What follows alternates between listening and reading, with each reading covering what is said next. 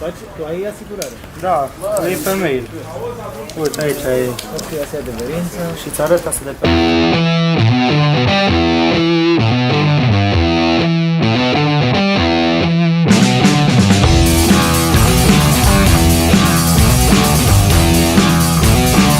Frumusețea unei curse de enduro e că formatul ăsta e foarte viu.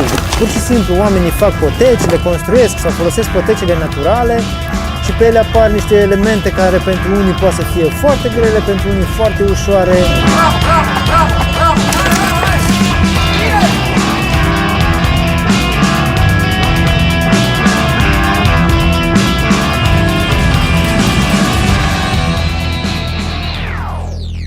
Acum 4 ani nu știam ce o să se întâmple, unde o să ajungem și dacă o să fie ceva de capul acest metal.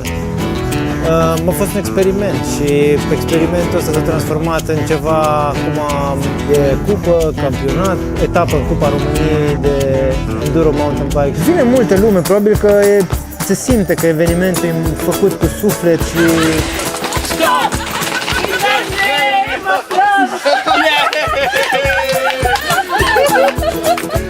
A fost super!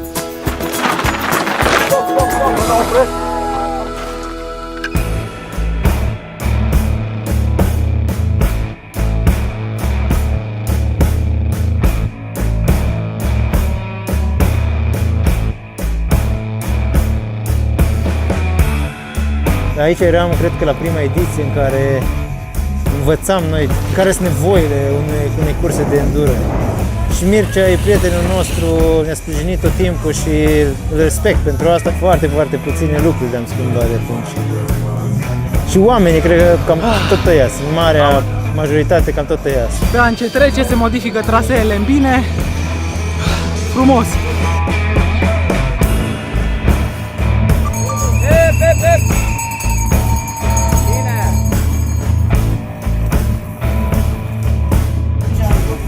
Virajul ăsta e celebru, deja toată lumea cred că îl cunoaște.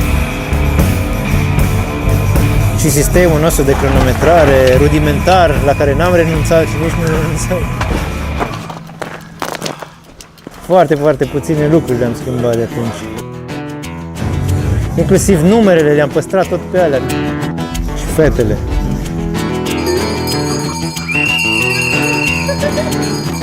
E o bucurie că cel puțin nu mă așteptam să fie fete care să-și dorească foarte tare să meargă la curse enduro. Eu cred că publicul care ar putea să vină la cursele enduro, publicul ăla mare, ar fi din cross country, să vină spre enduro și apoi să se poată face pasul spre downhill. Sau mai greu e invers. Ai nevoie de o tehnică foarte bună. Și public. Cum te cheamă?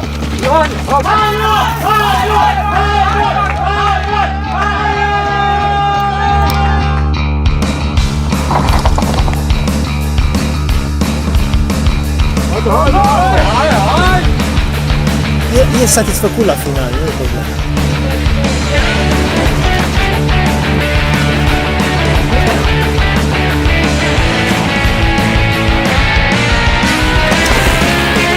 Metal Enduro a fost sfârșitul perfect pentru prima cupă națională de enduro.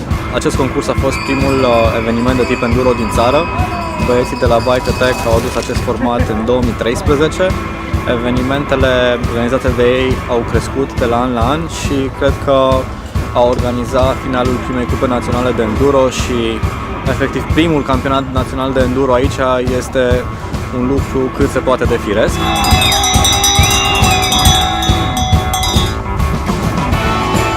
N-am simțit altfel decât prietenie. Astăzi chiar m-am ocupat de înscrieri și mi s-a părut că oamenii au fost foarte deschiși, așa, calzi. Și eu m-am simțit ca într-o gașcă mare de prieteni. Da, mă bucur că mă uit la pozele astea. Pare altfel când te uiți la ele pe hârtie decât pe calculator. Mai așa, mai cald, mai emoționant. Acolo, până mă întorcește mâna.